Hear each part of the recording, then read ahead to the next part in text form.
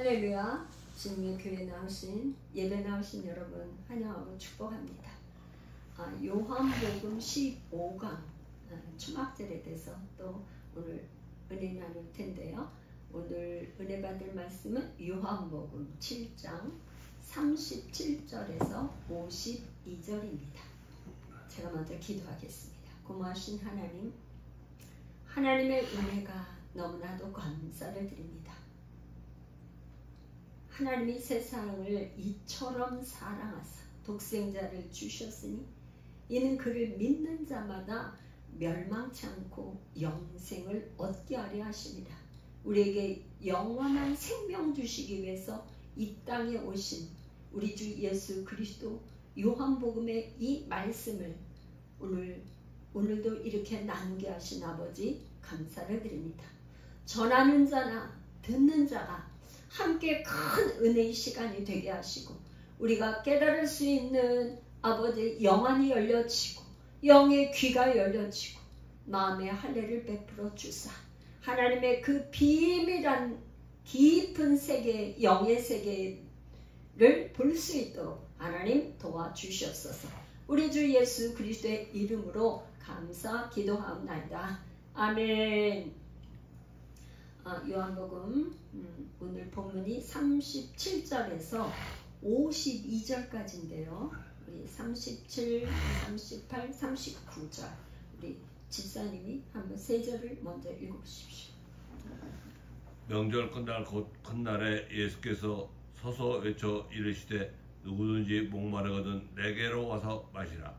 나를 믿는 자는 성경에 이른 것 같이 그 배에서 생수의 강이 흘러나오리라 하시니 이는 그를 믿는 자들이 받을 성령을 가리켜 말씀하신 것이라. 예수께서 아직 영광을 받지 않으셨으므로 성령이 아직 그들에게 계시지 아니하시더라. 아멘.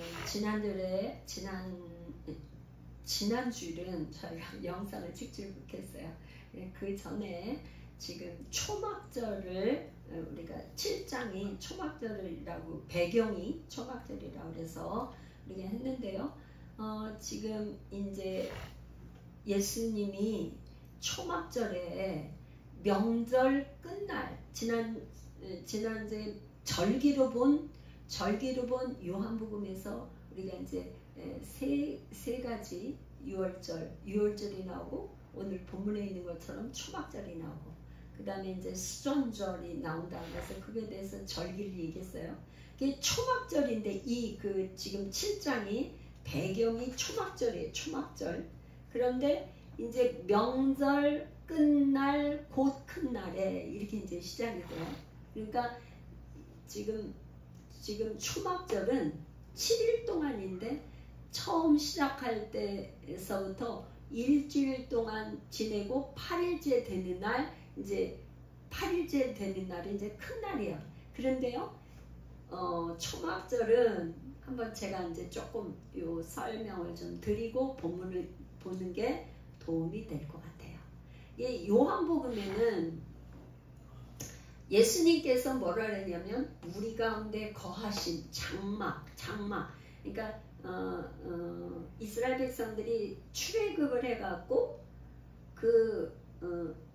광야 생활을 40년 동안 하는 동안에 어디에서 살았어요? 광야에서 초막 이렇게 저기를 짓고 장막을 짓고 살았단 말이에요. 그러니까 그렇게 하고 가나안 땅에 들어와서 이제 살게 되었는데 우리 하나님께서 장막에서 거했었던 자기 조상들이 장막 생활을 했었던 것을 생각하고 회상하고 기념하면서 그 초막절을 지키는데 뭐냐면 요한복음에는 계속 나오는 게 뭐냐면 우리 가운데 거한다는 말이 굉장히 많이 나와요. 거한다. 이건 거한다는 건 뭐냐면은 말하자면 우리 집에 가족이 함께 사는 거잖아요. 그렇죠? 거한다.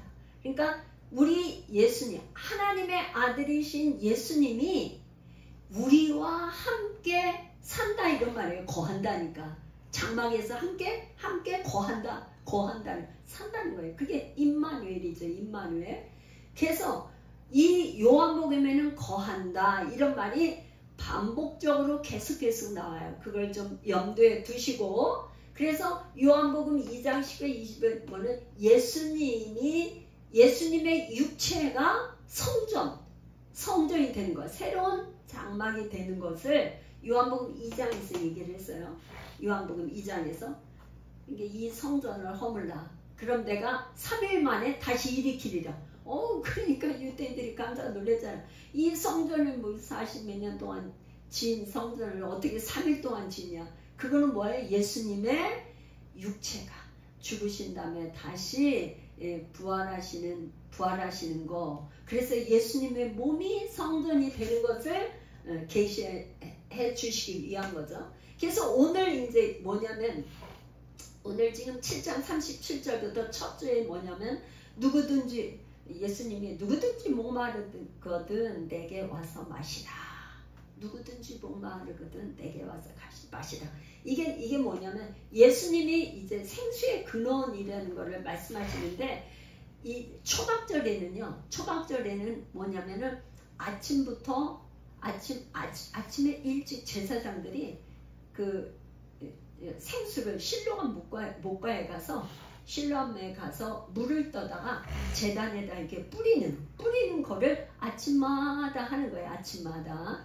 그리고 이제 해가 이제 뉘엿뉘엿 저물 때는 뭘 하냐면은 조명을 켜서, 그때는 뭐 이런 전등불이 아니잖아요. 빛이 이제 무슨 하여튼 빛을 조명을 밝혔어요. 그래서 아침에는 생수를 떠다가 제단에 헌수를 하고, 저녁이 되면 제단에 불을 켜는 거. 그렇게 해서 이제 7장에 이제 뭐냐면, 이제 7일 동안은 계속 물을 갖다 이렇게 하는데 8일 때는 안 하는 거예요. 그러니까 그때를 맞춰서 예수님이 뭐라 그러냐면, 누구든지 목마르거든 내게로 와서 마시라. 내게로 와서 마시라고 그러는 거예요. 그러니까 이 생수, 영원한 예수님이 생수, 나에게는 생수고 내가 생수의 근원이야. 이거를 말씀하시기 위해서 그렇게 하셨단 말이에요. 그럼 이거를 생각하면은 어떤 생각이 들어요? 왜 예수님이 갑자기 이 얘기를 하실까? 초막절 이퀄 또 장막절이 같은 말이죠. 초막이나 장막이나 같은. 그렇잖아요? 왜 초막절에 이 얘기를 하실까요? 그러면 한 가지 기억할 게 있어. 이스라엘 백성들이 40년 동안 광야에서 있을 때 가장 문제가 되는 게 뭐였었을까요? 날도 더운 그 사막지대야. 거기에서 뭐가 제일 문제였을까요? 물이 없어가지고 원망하고 불평하고 막 그랬잖아요. 그냥 먹는 다른 거 우선 저기보다 뭐였어요? 이 홍해를 건너왔는데 가보니까는 광야야. 광야니까 이게 막 광야를 애 데리고 뭐하고 그냥 짐보따리 해가지고 걸어가는데 얼마 가지 못해서 너무나 목이 탔어요. 그러니까 뭐예요? 물이 없어서 목말라서 했단 말이죠. 그 40년 동안 가장 문제가 되는 게 물이 없어서 반석에서 물을 주시고, 하늘에서는 만나를 비같이 내리시고, 또 메추라기를 주시고, 이러셨던 우리 하나님 여호와 그분이 하나님이시다. 그거를 가르쳐 주시기 위해서 지금 이제 말씀을 하시는 거예요. 그래서 이제 그러면 그거를 이제 더 구체적으로 이제 본문을 보면서 이제 말씀을 나누겠어요. 그래서 이제 여기 지금 3절을 우리가 읽었는데요. 이는 그를 믿는 자들이 받을 성령을 가리켜 말씀하신 것이다. 그를 믿는 자들, 그러면 이제 이거는 이제 앞으로 이제 그를 믿는 자들은 예수님의 12 제자 중에 가룟 유다 빼고, 또 이제 가룟 유다 대신에 마띠아가 제자가 됐잖아요. 그래서 이 사도들과 앞으로 사도들을 통해서 믿을 우리 같은 사람들이 받을 성령, 받을 성령. 우리가 지금 이제 예수 믿고 받은 게 성령이잖아요. 성령님께서 우리를 가르쳐 주시고 조명해 주시잖아요. 그런데 여기 그 39절 가르치고 그 밑에 뭐라냐? 예수께서 아직 영광을 받지 않으셨으므로 성령이 아직 그들에게 계시지 아니하시더라. 이 성령은 어떤 영을 말씀하시느냐면 예수님께서 영광을 아직 안 받으셨다는 것은 예수님의 영광 뭐냐? 예수님의 십자가에 죽으시고 부활하셔서 승천하신 다음 하나님 보좌에 가서 우리를 위해서 대신 회개의 그를 드리고 그 다음에 보내실 보혜사 성령님을 가르쳐 주시는 거죠. 그래서 그 보혜사 성령님은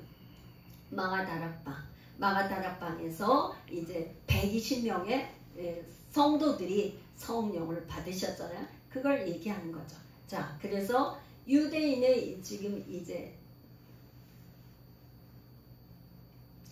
세 3대 절기 중에 이제 무교절과 이 칠칠절과 초막절 중에 그 하나의 행사 초막절에 이제 이런 예수님이 말씀을 하신 거죠. 그래서 지금 이제 여기서 설명을 하다가 제가 지금 중단을 했는데요.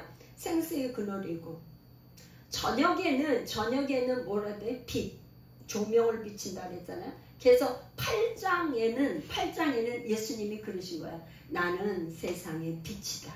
그러면서 9장에 가서 날 때부터 소경된 맹인을 갖다가 고치시는 사건이 나와요. 그러니까 초막절을 배경으로 해서 나는 누구든지 목마르거든 나에게 와서 마시라. 그 다음에 나는 세상의 빛이다. 이렇게 예수님께서 말씀을 하시죠. 근데 여기서 지금 이걸 보면서 제가 뭘 느끼냐면 옛날에 정한수를 떠놓고 비나이다 그렇게 하는 저기 셔머니즘 조상들이 했었던 비나이다 말은 정한수 떠놓고 이렇게 빌었잖아요. 그러니까 보면은 지금 우상 숭배하는 모든 그거는 근거가 다 어디서 왔냐면 하나님께서 우리에게 가르쳐 주신 그것을 짝퉁, 진짜가 아니고 짝퉁 이제 모방해서 그렇게 한 것 같아요. 그런 생각이 제가 들었어요. 그래서 이게 물 따놓고 새벽에 비나이다 하는데 이 초막절 행사가 그렇게 했다는 거. 그러면 이제 아까 조금 전에 이제 방금 전에 얘기했는데 이 초막절에 이 행사를 했던 근원되는 건 뭐냐? 광야 생활에서 출애굽기 17장 6절 한번 제가 읽겠습니다. 출애굽기 17장 6절. 거기에 이제 물이 없어서 이스라엘 백성들이 막 이제 원망하고 불평하니까 모세에게 뭐라고 그랬냐면 내가 호렙산에 있는 그 반석 위에 거기서 내 앞에 서리니 너는 그 반석을 치라. 그것에서 물이 나오리니 백성이 마시리라. 모세가 이스라엘 장로들의 목전에서 그대로 행하니라. 그러니까 물이 없으니까 우리 하나님이 뭐라 그러냐면 모세에게 반석에 가서 네가 가지고 있는 지팡이를 가지고 반석을 치라. 그러니까 그 지팡이로 친 반석에서 물이 콜콜콜콜 나온 거예요. 그래서 이스라엘 백성들이 그 물을 마셨어요. 광야에서 우리가 생각할 때 반석에서 물이 나온다. 그게 상식적으로 우리의 세상 지식과 상식적으로는 반석을 치어서 물이 나온다는 거가 있을 수가 있나요? 없나요? 없죠. 왜 그러냐면 이 우물을 팔 때 이 우물 파는 기계로 다 이렇게 하면 여기는 안반이 굉장히 많아서 여기서는 우물이 안 나옵니다. 그리고는 이 바위가 많은 데는 우물을 못 파잖아요. 그죠? 바위가 많은데 어떻게 우물을 파겠어? 못 파지. 그러니까 이게 그 탐지기를 가지고 그러니까 물의 근원이 어딘가에 있는 데에다가 이렇게 해가지고 우물을 파잖아요. 그죠? 그러니까 우물이 뭐가 물근원이 있는데 어디 그런 데 가서 해가지고 뭐 물이 나왔다 그러면 조금 이해가 가는데, 우리가 생각할 땐 도저히 이해가 안 되는 반석을, 이 반석이 뭐야? 돌이잖아요. 돌을 쳤는데 어떻게 나와? 그죠? 안 나오죠. 그러니까 그게 우리의 상식을 뛰어넘는 기적이죠. 그래서 이 반석이 뭔지 조금 더 보게요. 민수기 20장 8절에는 이제 또 물이 없어요. 그랬더니 하나님 뭐라 하냐, 지팡이를 가지고 내 형 아론과 함께 회중을 모으고 그들의 목전에서 너희는 반석에 명령하여 물을 내라 하라. 내가 그 반석이 물을 내게 하여 회중과 그들의 짐승에게 마시게 할지니라. 처음에는 첫 번째는 하나님께서 뭐라 하느냐면 네 지팡이를 가지고 반석을 치라고 그랬어요. 근데 이제는 하나님께서 그렇게 명령하시질 않았어. 지난번에 하셨던 것처럼 똑같이 지팡이 치는 게 아니라 모세에게 뭐라냐, 반석에게 명령을 하라는 거야. 물을 내라고. 반석에게 뭐라고요? 말을 하라고. 물을 내, 물을 나한테 줘. 이렇게 말을 하라는 거예요. 그랬는데 이 모세는 화가 나가지고 내가 너희들을 위해서 물을 내랴 하면서 이 지팡이를 가지고 2번 꽝꽝 쳤어요. 그랬더니 물이 나왔어. 물은 나왔지만 이 일로 인해서 모세와 아론은 이 가나안 땅에 들어가지 못하게 됐어요. 그래서 무리바 물 사건, 그래서 다시 돌아왔던 길을 되돌려서 가게 되었어요. 그런데 이제 사도 바울이 고린도전서 10장 4절에는 뭐라고 그랬냐면 이 반석이 곧 그리스도다.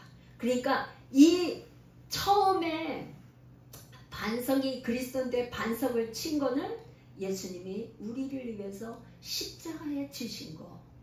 그러니까 십자가 지신 그 예수를 우리가 믿은 이후에는 믿은다면 그 다음에는 어떻게 해요? 이 반석 그리스도를 향해서 우리가 물을 달라고 그분에게 얘기를 해야 된다. 누구한테 얘기해요? 반석 되시는 그리스도. 그리스도에게 물은 사실은 오늘날로 말하면 물이 없으면 우리가 못 살죠. 전 세계에 물이 부족해가지고 난리예요. 진짜 물 부족한 저 네팔에 갔을 때 정말 먹을 물이 없어서 굉장히 고생했어요. 그냥 이 식수가 멀리서 이렇게 공급해서 하루에 아침에 한 번 나오는 그 물은 우리가 그냥 흐르는 이런데 버리는 물 같아. 아니면 뿌옇게 더러운 그런 버리는 물로 거기서 밥을 해먹고 다 해. 그것도 넉넉하지가 않아. 그러니까 우리는 물을 사서 그야말로 진짜 막 차에다가 저기를 싣고 가서 그걸로 겨우 밥물만 벗어 이렇게 한 기억이 나. 지금도 생생하게 나거든요. 그 네팔에 그 비가 안 와가지고 그 계단식으로 된 저기가 어쩌다가 비가 조금 내리면 그게 조그만 또랑이 돼서 내려오는데요. 흙탕물이 돼서 나와요. 그러니까 거기서 뭐 농사라든가 이런 게 없고 겨우 되는 게 그냥 빨간 흙이 있는 거기에서 감자만 겨우 하더라고요. 그래서 감자만 넣고 카레만 맨날 해 먹더라고요. 거기 주 음식이 뭐냐, 카레 넣고 감자 넣고 카레밥. 이제 밥도 이렇게 완전히 월남미 쌀 같은 거 그런 걸로 해서 이렇게 먹고. 그러니까 전 세계에서 이 물이 얼마나 이게 중요한 거예요. 우리 물 못 먹으면 죽잖아요. 물을 마저 못 먹으면 죽잖아요. 그러니까 오늘날 이 물은 뭐냐? 물권이에요. 물권. 사실 재정이죠. 재정. 그 재정의 모든 우리에게 필요한 양식, 되는 단순하게 물이라고 하지만 생수의 근원이 되시는 예수님께 우리가 그분께 구하라 이 말이에요. 구하라. 그분께 구하라는 거예요. 이 세상에 이제 오늘날 뭐 이제 우리가 발전이 돼서 이제 선진국 계열에 들어가니까 병원 시설도 의료보험이 잘 돼서 다 잘 돼 있고 그러니까 이제는 뭐 예수님 앞에 그렇게 눈물 흘리면서 옛날처럼 교회 와서 울고 불고 부르짖는 일이 적어요. 적어. 거의 아프면 병원에 가면 되고 그리고 조금 그가 뭐 알바라도 하면 되고 우리나라 그만큼 잘 살게 돼 있잖아요. 그러니까 그냥 뭐 교회 와서 울고 그냥 하는 일이 이게 적어졌어요. 그런데 정말로 병원에 가서도 안 되는 거, 아무리 해도 안 되는 거, 그 다음에 이제 뭐 이렇게 인터넷에 이렇게 보면 무당에 가서 교회 다니는 사람도 무당한테 가서 찾아가서 점을 보고 그런 게 나온다 한다 그래요. 뭐 그다음에 선거철이 되니까 뭐 누가 대통령이 될 건가 막 그런 것도 막 많이 막 인터넷에 막 이렇게 오르락 내리고 하는데 그런 거로도 뭐 무당은요 과거는 마치지만 미래는 몰라요. 미래는 뭐예요? 모든 전 세계의 생사화복의 우리의 모든 주권을 가지신 분은 전능하신 하나님의 손에 달려있기 때문에 그분이 하는 일은 무당이 알 수가 없어요. 오직 하나님만 아시잖아요. 그러니까 미래는 맞출 수가 없어요. 하는 것은 거짓말을 하는 거죠. 그래서 이것도 안 돼, 저것도 안 돼, 세상에서 하다 안 되는 거는 교회 와서 하나님 앞에 기도하는 거죠. 그죠? 마지막 하다 안 되는 건 하나님 앞에 와요. 그래도 그렇게 하나님 앞에 나와서 부르짖으며 기도하고 하나님 살려달라고 하는 사람 복 있는 사람이에요. 그래서 여기 지금 뭐라니 우리 주님 말씀은 누구든지예요. 누구든지 목이 마르면 나에게 와라. 내가 너에게 마실 물을 주겠다. 그런 거잖아요. 그래서 이스라엘 백성들이 있잖아요. 이스라엘 백성들에게 예레미야 선지자가 하신 말씀이 있어요. 예레미야 2장 13절 제가 읽겠습니다. 내 백성이 두 가지 악을 행하였나니 곧 그들이 생수의 근원이 되는 나를 버린 것과 스스로 웅덩이를 판 것인데 그것은 그 물을 가두지 못할 터진 웅덩이들이니라. 그러니까 이 이스라엘 백성들이 얼마나 우상 숭배, 그러니까 이스라엘 백성들이 있잖아요. 하나님을 믿지 않은 것도 아니에요. 하나님을 믿으면서도 바알도 섬겨.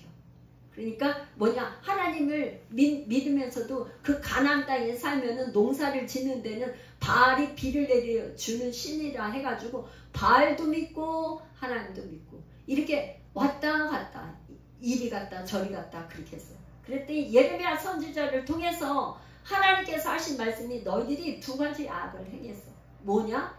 생수의 근원이 되는 여호와 하나님을 버린 것, 첫 번째. 그 다음에 두 번째는 뭐예요? 스스로 웅덩이를 팠다는 거예요. 뭐예요? 자기가 우물을 파는 거예요. 그런데 우물을 파는데 뭐야? 터진 웅덩이야. 그러니까 아무리 벌어도 열심히 돈을 버는데 한쪽에 전대에 구멍이 뚫려서 계속 그게 터져. 새나 물이 새. 그러니까 그 그릇에 물이 새는 그릇에다가 아무리 물을 붓는 뭐 하겠어요? 물이 모이지가 않잖아요. 밑으로 다 새버리는 거지. 그게 이스라엘 백성이 그래. 이스라엘 백성들에게 이제 하나님께서 이렇게 경고를 하셨어요. 이 예레미야 선지자가 이스라엘 백성들에게 하신 이 말씀이 그 옛날에만 그럴까요? 오늘날 우리에게 똑같이 주시는 말씀이에요. 말하자면 우리가 지금 바쁘다. 너무나 바쁘니까 정말 기도할 시간이 없고 너무나 바빠서 말씀 한 절 읽을 시간이 없고 그것이 뭐야? 생수의 근원된 나를 버렸다는 거예요. 자, 이제 본문 7장 40절에서 44절을 또 우리 집사님 한번 읽고 40절에서 44절 한번 읽어보세요. 이 말씀을 들은 무리 중에서 어떤 사람은 이 사람이 참으로 그 선지자라 하며 어떤 사람은 그리스도라 하며 어떤 이들은 그리스도가 어찌 갈릴리에서 나오겠느냐. 성경에 이르기를 그리스도는 다윗의 씨로 또 다윗이 살던 마을 베들레헴에서 나으리라 하지 아니하였느냐 하며 예수로 말미암아 무리 중에 쟁론이 되니 그 중에는 그를 찾고자 하는 자들도 있으나 손을 대는 자가 없었더라. 이제 40절부터 44절까지 읽었는데요. 여기 이제 지금 40절에 뭐랬냐면 이제 이 말씀이 예수님의 이 말씀을 들으니까 어떤 사람이 이분이 정말 선지자 그 얘기했던 모세 같은 선지자를 보내리라고 했었던 그 선지자가 아니야? 막 이렇게 생각하는 사람도 있고 그런데 어떤 사람은 또 그러면 그리스도가 아닐까? 이렇게 얘기하는 사람도 있고 막 여러 가지 의견들이 분분했어요. 그랬는데 여기에 보니까 뭐라 그러냐면 어떤 이들 또 어떤 사람 뭐냐 그리스도가 어떻게 갈릴리에서 나오겠느냐 그러니까 아니다는 거죠. 그러면서 뭐냐면 이 그리스도는 다윗의 시도 다윗의 살던 마을 베들레헴에서 나오리라고 성경에 기록돼 있다. 그렇게 얘기를 하는 거죠. 그런데 그 중에서 그를 찾고자 하는 달도 있으나 손을 대는 자가 없었더라. 아직 예수님이 돌아가셔야 될 6월절 맞아요. 세 번째 6월절이 아직 안 된 거죠. 그러니까 아직 때가 안 됐다. 그런 말이에요. 자, 7장 45절에서 52절 한번 또 읽어보겠습니다.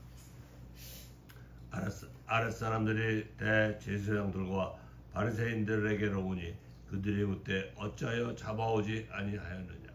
아랫사람들이 대답하되 그 사람이 말하는 것처럼 말한 사람은 이때까지 없었나이다 하니 바리새인들이 대답하되 너희도 미혹되느냐.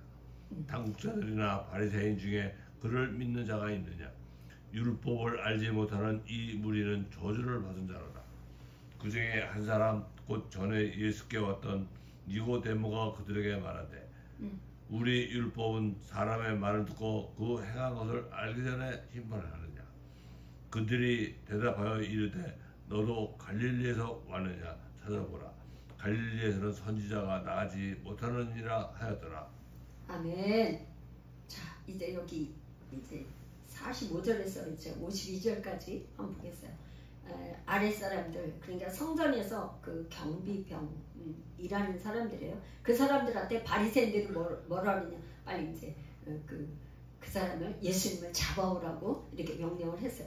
그래서 성전 경비병들이 갔는데 뭐라니 예수님의 말씀을 듣고 감동을 받았어요.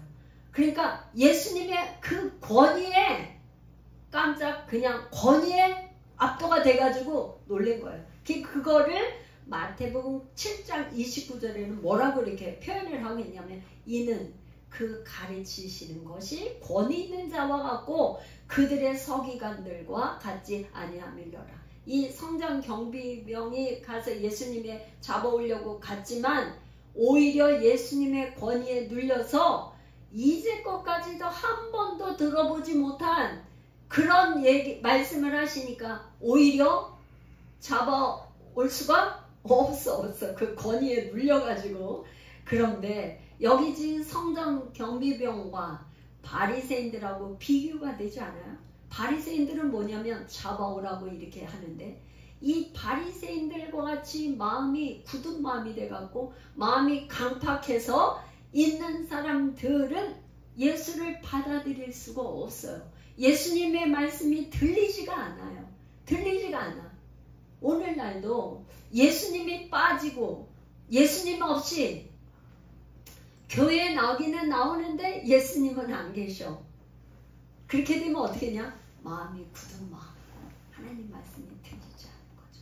그래서 우리의 마음에 기도할 때 우리가 늘 해야 되는 하나님 나의 마음에 이 강팍한 마음, 완악한 마음을 버리고 부드러운 마음을 주사 성령님 내 마음에 오시옵소서. 환영합니다 주님 환영합니다 하면서 모셔드리고 내 귀에 내 눈을 열어달라고 기도해야 되는 것이 바로 우리가 예수님 없이 성령님 없이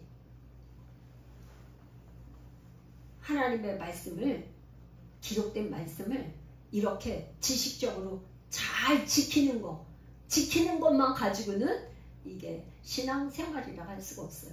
그래서 바리새인들은 이게 강팍한 마음으로 오히려 예수님을 대적하고 예수님을 잡아서 죽이려고 하고 있죠.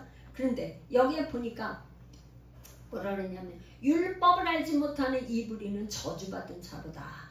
그렇게 했는데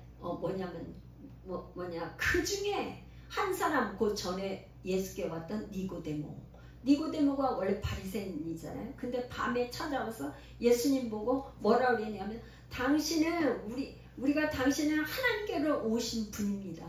하나님께로부터 오신 분이 아니라면은 당신이 행하신 이런 표적을 아무도 할 수 없습니다.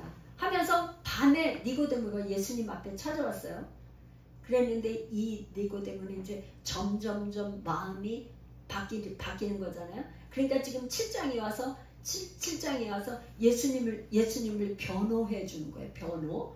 그러니까 이 사람은 말하자면 19장에 가면 예수님이 장례를 치를 때 몰약과 침량 섞은 것을 한 100리터 정도 가지고 왔다. 예수님의 장례식에 그렇게 장례를 치렀어요.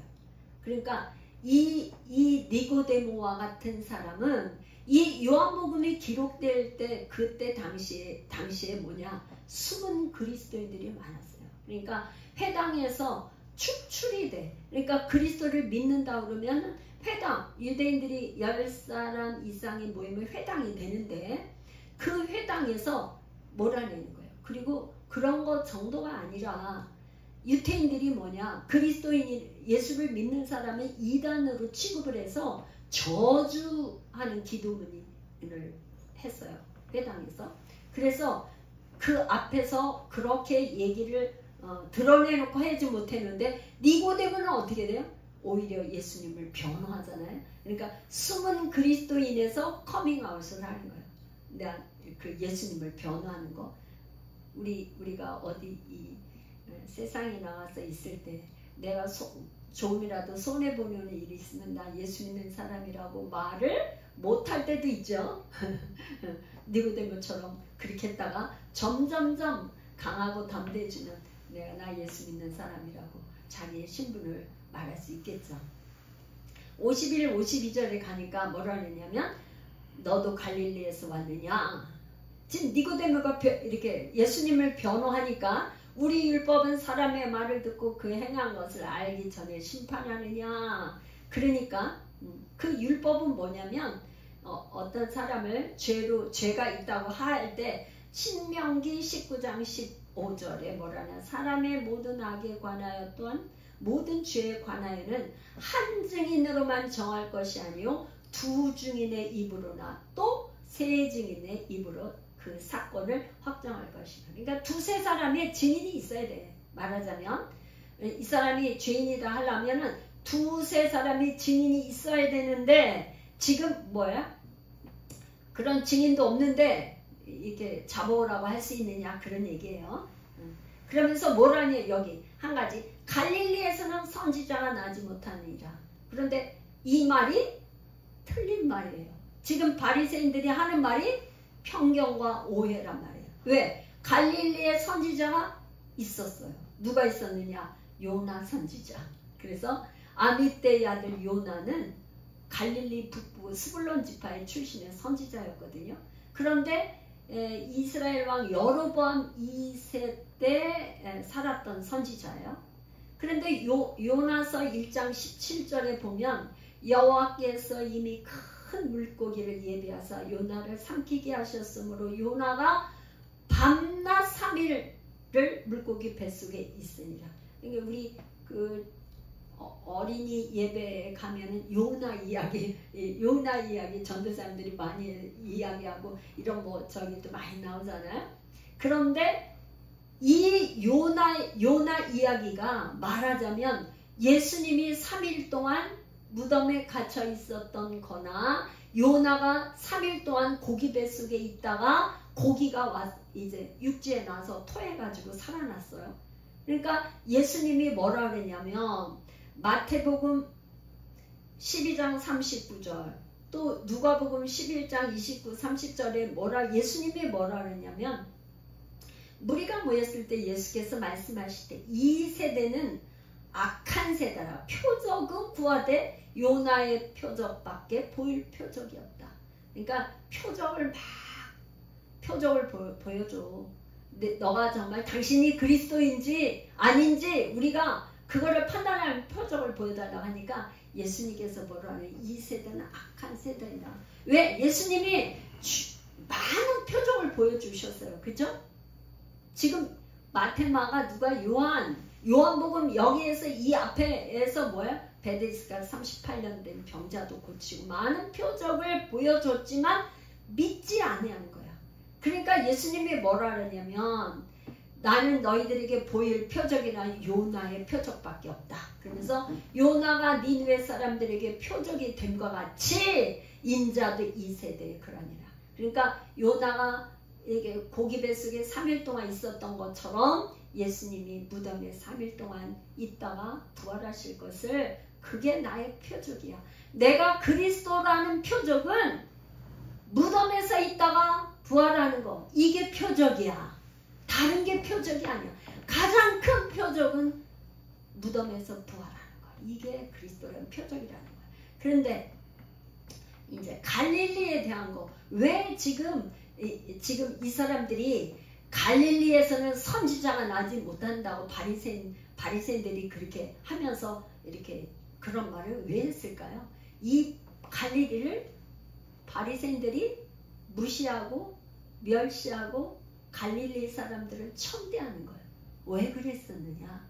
그 역사적인 배경이 있어요. 역사적인 배경은 열왕기 하 15장 29절에 보면 이스라엘 왕 베가 때예요. 베가 때에 뭐냐? 아스루 왕이 와서 그 주변 땅뿐만 아니라 갈릴리, 납달리 온 땅을 점령해가지고 그 백성들을 사로잡아갔어요. 그러니까 북왕국 이스라엘이 멸망했어요. 그런데 이 북왕국이 멸망하면서 아수르에 가가지고는 잡아가가지고 어떻게 하냐. 이 아수르의 정책은 혼혈 정책이에요. 그러니까 유태인들은 가장 중요한 게 뭐냐면 이방인들을 개취급하잖아요. 그러니까 자기 민족들만 결혼을 해야 되고 그런데 이렇게 그 피를 보존하기 위해서 자기네들은 선택된 백성이니까 그걸 보존하기 위해서 그렇게 해야 되는데 아수르 사람 이방인들하고 같이 혼혈 민족이 됐기 때문에 사마리아 사람들을 완전히 무시하는 것뿐만 아니라 갈릴리는 아주 완전히 천박하게 여기는 거예요. 그런데 이사야 선지자들을 통해서 하나님께서 예언을 하셨어요. 이사야서 9장 1절에서 2절 제가 읽겠습니다. 전에 고통받던 자들에게는 흑암이 없으리로다. 옛적에는 여호와께서 스불론 땅과 납달리 땅이 멸시를 당하게 하셨더니 후에는 해변길과 요단 저쪽 이방의 갈릴리를 영화롭게 하셨느니라. 흑암에 행하던 백성이 큰 빛을 보고 사망의 그늘질 땅에 거주하던 자에게 빛이 비치도다. 그러니까 갈릴리, 납달리 이 땅이 완전히 그 유태인들이 이렇게 무시하고 멸시하고 천대해서 뭐라 그래? 갈릴리에서 어떻게 선지자가 나와? 그럴 정도로 무시했다 이 말이에요. 근데 그 갈릴리에서 누가 사셨어요? 예수님이 사역을 하셨잖아요. 그러니까 예수님을 그렇게 무시하는 거죠, 말하자면. 그런데 여기 보니까 뭐야? 흑암, 전에 고통받던 그 갈릴리의 흑암에 그 땅이 흑암에 행하던 백성이 큰 빛, 예수님을 만나서 이제는 뭐야? 사망의 그늘지는 땅에 거주하는 땅, 납달리, 여기 또 갈릴리, 거기에 예수님이 오셔서 빛을 비친다 이 말이죠. 그게 이사야 선지자를 통해서 예언을 하셨어요. 자, 그러면 예수님의 출생, 성장, 사역지에 대해서 예수님이 지금 뭐라 그러냐면 예수님은 유대 베들레헴에서 태어나신다고 하시지 않았어? 그러니까 이분이 갈릴리에서 이렇게 하는 거 아니야 이렇게 얘기했단 말이야. 그런데 예수님이 지금 왜 갈릴리에서 사역을 하시고 이렇게 됐는지 그 과정을 조금 제가 설명을 해드리겠습니다. 예수님은 이제 미가서 5장 2절에 예수님이 태어날 곳을 베들레헴이라고 예언을 하셨어요. 미가서 5장 2절 베들레헴 에브라다야 너는 유다 족속 중에 작을지라도 이스라엘을 다스릴 자가 내게로 나올 것이다. 그의 근본은 상고의 영원에 있느니라. 그러니까 하나님의 아들 예수가 베들레헴에서 태어날 것을 예언하셨어요. 그런데 그 예언이 마태복음 2장 1절에 헤롯 왕 때에 예수께서 유대 베들레헴에서 나시네. 거기서 나셨다는 거예요. 동방으로부터 박사들이 예루살렘에 이르러 말하되. 그러니까 마태복음 2장 1절에 헤롯 왕 때 예수님께서 베들레헴에서 태어나신 걸 얘기하고 있어요. 그러니까 이렇게 하나님의 나라는 그 베들레헴은 아주 작은 그런 시골 마을이었어요. 하나님의 나라가 정말 보잘것 없고 작은 세상의 중심이 아닌 변방에서 구원의 사역이 시작되는 것을 이야기하고 있죠. 근데 그 다음에 예수님께서 이집트로 피신을 갖다 돌아오실 것을 예언을 하셨어요. 호세아 선지자를 통해서 호세아 11장 1절에 이스라엘이 어렸을 때에 내가 사랑하여 내 아들을 애굽에서 불러냈거늘. 그러니까 이건 무슨 말이냐면 마태복음 2장 13절에서 15절에 가면은 예수님이 베들레헴에서 태어나셨는데 이 헤롯 왕이 죽이려고 하니까 이제 꿈에 사자가 나타나서 애굽으로 피신했다가 돌아오라. 그래서 애굽에 피신을 했다가 헤롯이 죽을 때까지 기다렸다가 다시 이제 오셨어요. 그런데 그 다음에 어디에서 사셨냐면 나사렛에서 사셨어요. 마태복음 2장 23절 나사렛이라는 동네에 가서 사니 이는 선지자로 하신 말씀에 나사렛 사람이라 칭하리라 하심을 이루려 함이라.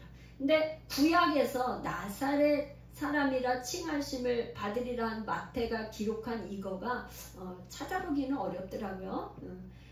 그런데 이제 나사렛에서 이제 사셨어요. 그러니까 왜냐면 베들레헴이라 돌아가시지를 않고 나사렛이라는 자그마한 마을에 와서 또 사셨죠. 요한복음 1장 46절에는 나다나엘이 와가지고 나사렛에서 무슨 선한 것이 날 수 있느냐 이렇게 얘기를 하는 거예요. 왜? 구약에서 베들레헴에서 다윗의 동네에서 태어날 거라고 예언이 돼 있는데 왜 나사렛이야 이렇게 했잖아요. 그런데 나사렛 사람이라 하면 비천하고 낮아진 그런 데서 예수님이 성장을 하셨던 그 과정을 얘기하고 있죠. 갈릴리는 이제 마태복음 4장 14절에서 17절에 뭐라고 그랬냐면 이는 선지자 뭐냐면 이사야서 아까 9장 그 얘기를 하는 거예요. 선지자 이사야를 통하여 하신 말씀을 이루려 하십니다. 일렀을 때 스불론 땅과 납달리 땅과 요단강 저편 해변길과 이방의 갈릴리여 흑암에 앉은 백성이 큰 빛을 보았고 사망의 땅과 그늘에 앉은 자들에게 빛이 비치었도다 하였느니라. 오늘 이제 지금 요한복음 7장을 통해서 우리가 한번 생각해 보고자 하는 것. 오늘 주시는 메시지가 뭔가? 그 당시에 예루살렘의 종교 지도자들은 사이에서는 이 갈릴리는 아주 천대받고 메시아가 갈릴리에서 날 거라는 거는 생각하지도 못했어요. 그 사람들은 예루살렘의 그 중심지 제사장들 대제사장들 바리새인들은 예루살렘 그 중심부에 있는 사람들이잖아요. 근데 예수님은 그런 곳에서 사역을 한 게 아니라 베들레헴에서 태어나서 애굽으로 피신을 갔다가 다시 이 나사렛이라는 조그만 마을에서 성장을 하셔갖고 사역을 하실 때도 세상의 중심이 아니라 변방, 갈릴리 사람들이 다 무시하는 그곳에서 사역을 시작하셨어요. 하나님의 구원의 역사는 정말 천하고 낮은 사람들, 핍박받는 사람들, 그런 데서 복음이 전파되고 구원의 놀라운 사역들이 일어나는 걸 볼 수가 있습니다. 오늘 이제 말씀을 정리하면서 마치는데 예수님은 우리의 영원하신 생수의 근원이 되세요. 그런데 이 생수의 근원 되시는 이 예수님을 부유하고 세상의 중심주에 있는 가질 것 다 가지고 있는 사람은 예수님을 찾을 수가 없어. 너무 가진 게 많다 보니까. 이 생수의 근원 되시는 예수님은 누가 찾냐? 가난하고 천하고 무시당하고 멸시받고 아무것도 의지할 게 없는 변방에 있는 그들이 영원한 생수인 예수님을 찾아온다는 것. 이게 복음의 뭐라 그래야 될까요? 복음은 그런 것 같아요. 예수님이 이 땅에 가장 낮은 곳으로 오셨고 낮은 자들에게 친구가 되었고 정말 그들에게 모든 것을 주셨잖아요. 우리에게 오늘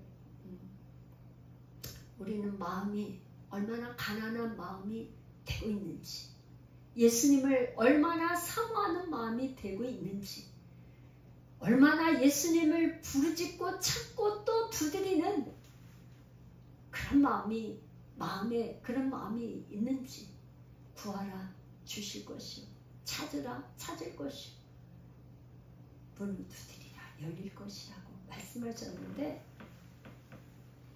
우리는 그렇게 주님 앞에 구하고 있는지, 찾고 있는지, 부르짖고 있는지, 영원한 생수 되시는 그분을 우리 한번 간절히 부르짖고 찾는 그런 시간 되었으면 좋겠습니다. 우리 주여 한번 부르